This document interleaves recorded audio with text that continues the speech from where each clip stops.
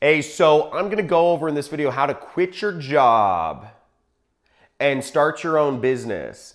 And I have 3 S's to kind of guide you how to do this.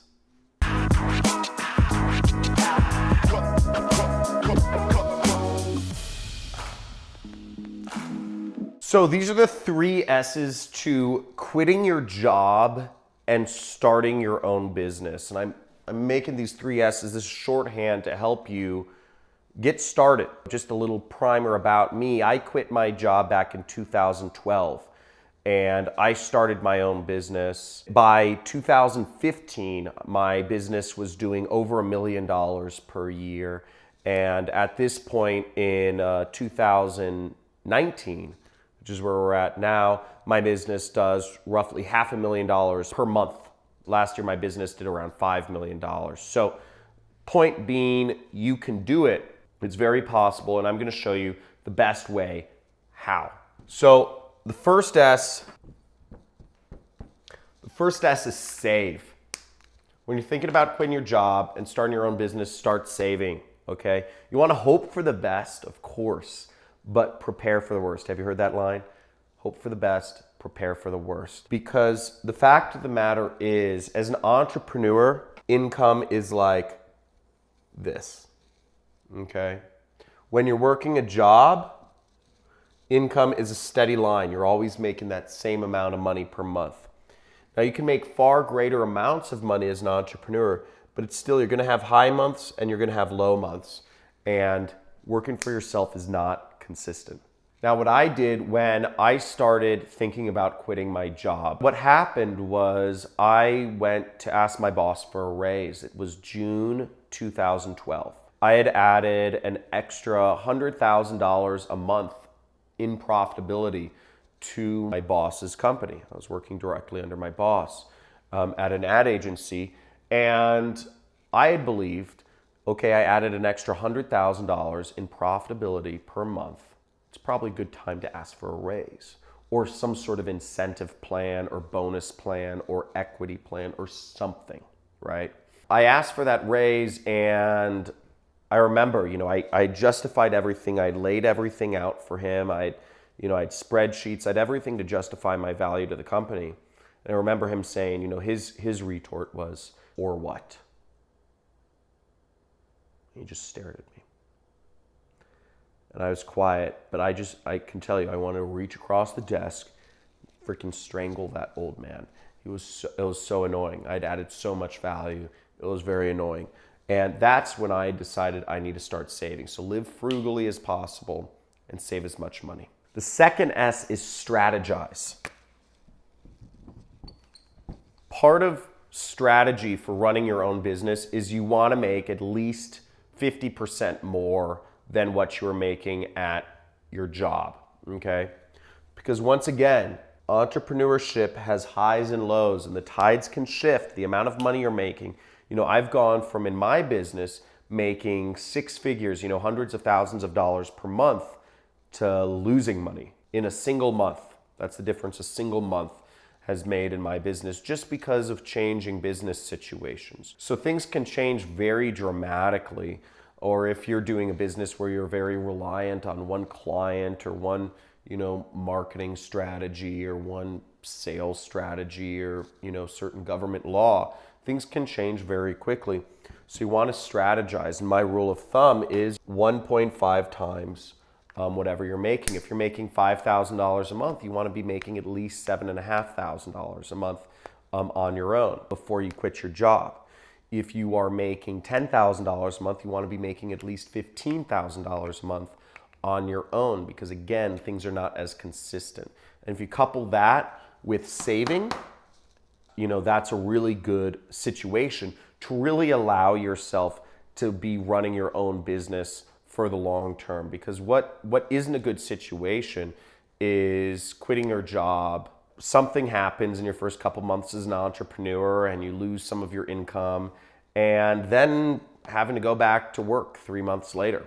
And it happens all the time. It's because people didn't save, it's because people didn't strategize. So keep that in mind.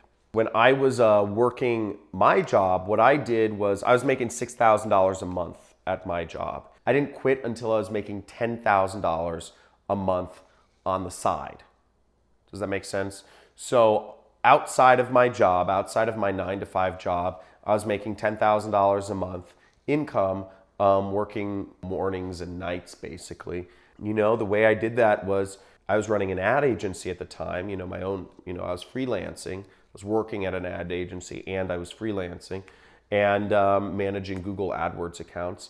And what I did was at nights, I went to places where I'd find these high-end clients who would hire expensive freelancers. That's what I did, and I serviced their accounts at nights too. So I was constantly trying to do this and make this money so that I could quit. But again, I didn't quit until I was making quite a bit more than what my job was paying me. And that gave me that buffer zone.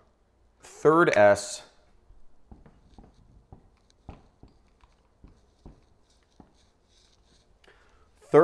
stands for start. And this is probably the most important thing. Is what's funny is after I decided I was going to quit my job, I actually decided that month, June 2012, after I had that horrible conversation with my boss where he said, "Or what?" I had decided that I'm going to quit. Now, what's funny is there's so much paralysis. I was so scared to quit my job because I knew, you know, in the back of my mind, you know, and everybody wants you to work a job, right? And your friends, your family, you know, you have coworkers. It's a big deal when you quit a job. You know, there's a lot of things that go with it. And for months, I just let the decision linger. I was scared to actually do anything about it. But what you've got to do, it didn't change until I actually went to this Tony Robbins event called Unleash the Power Within. And this was in August, so a couple months later. And, you know, he does this thing called the Dickens process where he has you imagine what your life is going to be like. And you can do this right now, is imagine what your life is going to be like if you don't quit your job a year from now. Then imagine what your life is going to look like if you don't quit your job 5 years from now. Then imagine what your life is going to be like if you don't quit your job 25 years from now. You know, it's a visualization exercise, and I did this and I realized my life is going to be nothing like what I want it to be. You know, for me, it wasn't just quitting my job, it was just working a job, not being my own employer. And I realized I just needed to do it, and I could delay this decision. I could delay it for months, I could delay it for years. And it's very easy to delay quitting your job, but you got to do it at some time. And the thing was, just start. You figure stuff out, but you just have to start at some point. That's the hardest decision to make. But once I started, things fell into place. What's funny is after I quit my job, I went from making $6,000 a month in my job to after I quit, I was making $30,000 a month, you know, working for myself. And I was 23 at the time. So once you really do it, things can fall in place. You know, just a little encouragement from me to you is if you're going at it from a good place, do it. You know, you have to make that decision. You have to start somewhere. Now, I hope you enjoyed this video. I hope you enjoyed some of this information, and let me know in the comments what was the most helpful to you. Was it knowing to save?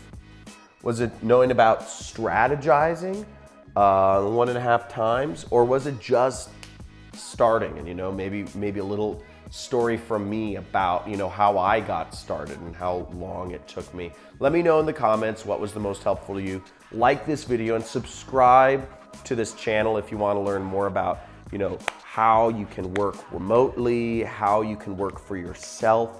And also some giveaways. You know, I do a business model called affiliate marketing, and I have more information on that, and I do giveaways about that sometimes. So make sure you subscribe.